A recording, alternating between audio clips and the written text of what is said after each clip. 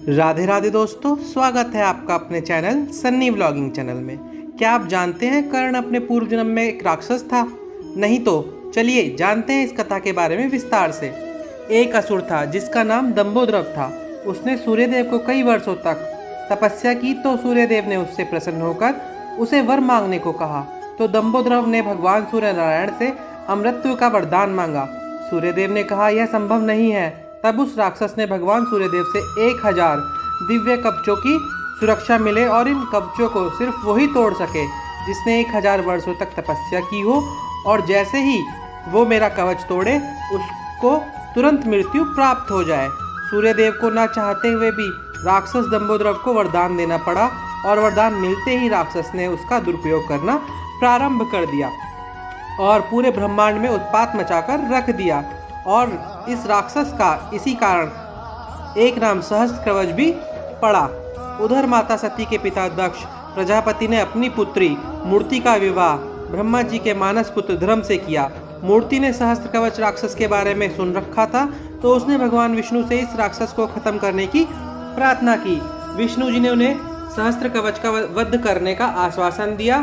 समय के साथ धर्म और मूर्ति के यहाँ भगवान विष्णु ने अपने 24 अवतारों में से चौथे अवतार में मूर्ति के यहाँ जुड़वा बच्चों के रूप नर नारायण नाम में अवतार लिया।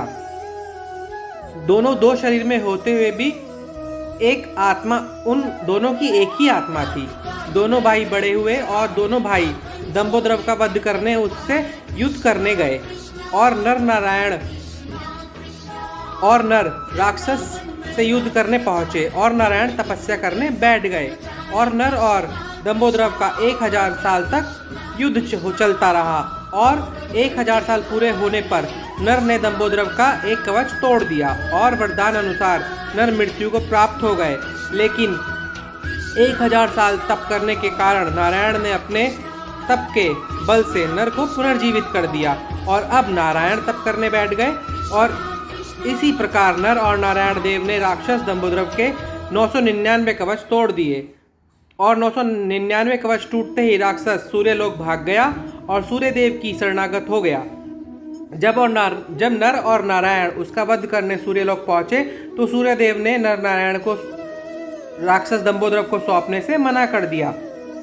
तब नर और नारायण ने सूर्यदेव को श्राप दिया कि आपने इस राक्षस को बचाया है तो आप भी इसके साथ अगले जन्म में पृथ्वीलोक में अवतार लेंगे और इसके बुरे कर्मों को भोगेंगे। इसके साथ ही त्रेता युग का अंत हुआ और द्वापर युग का प्रारंभ हुआ, और कुंती ने वरदान स्वरूप सूर्यदेव से पुत्र पाने की कामना की। तो कर्ण के रूप में राक्षस दंभोद्रव और सूर्य दोनों का अंश कर्ण में आया। इसीलिए कर्ण दानवीर होकर सूर्यदेव जैसे बने और बुराई का साथ दे दंभोद्रव का अंश उनके अंदर आया। इस जन्म में नर नारायण कृष्ण और अर्जुन के रूप में आए और कर्ण का वध किया।